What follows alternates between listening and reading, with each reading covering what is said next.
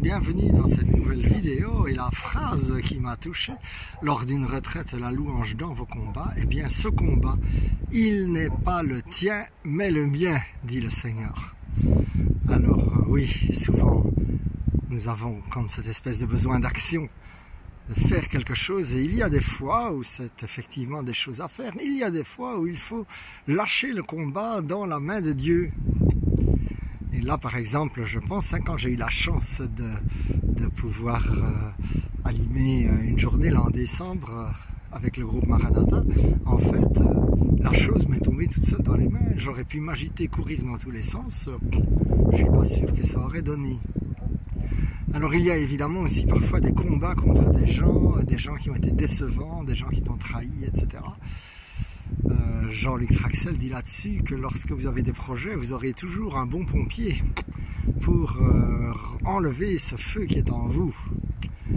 Et donc oui, la bonne nouvelle, c'est que Dieu dit qu'il prépare une table devant tes ennemis. Mais pour avoir cette bénédiction, eh bien, il faut que tu restes à table devant tes ennemis, pas que tu cours dans tous les sens, sinon tu vas rater le repas. Alors mon frère, ma soeur, eh bien, je prie que tu puisses lâcher des combats où c'est clairement la tâche de Dieu de les mener. Que Dieu puisse te donner ce discernement pour savoir quand tu dois mener combat, quand tu dois lui laisser entièrement et laisser aller les choses.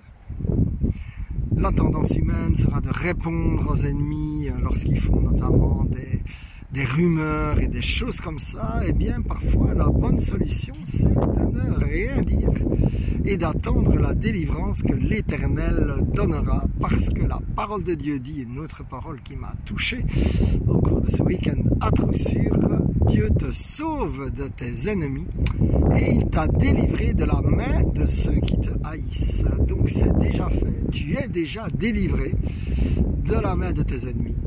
Ils n'ont plus aucun de pouvoir sur toi dans le nom de Jésus. Maintenant, on ne va plus leur en donner, on va donner tout pouvoir à Jésus pour régler ces situations, pour amener un esprit de pardon là où il y a de la rancœur. Et déjà, nous lui rendons toute la gloire. Alors sois béni, mon frère, ma soeur. Amen, amen, amen. Nous avons prié dans le nom de Jésus.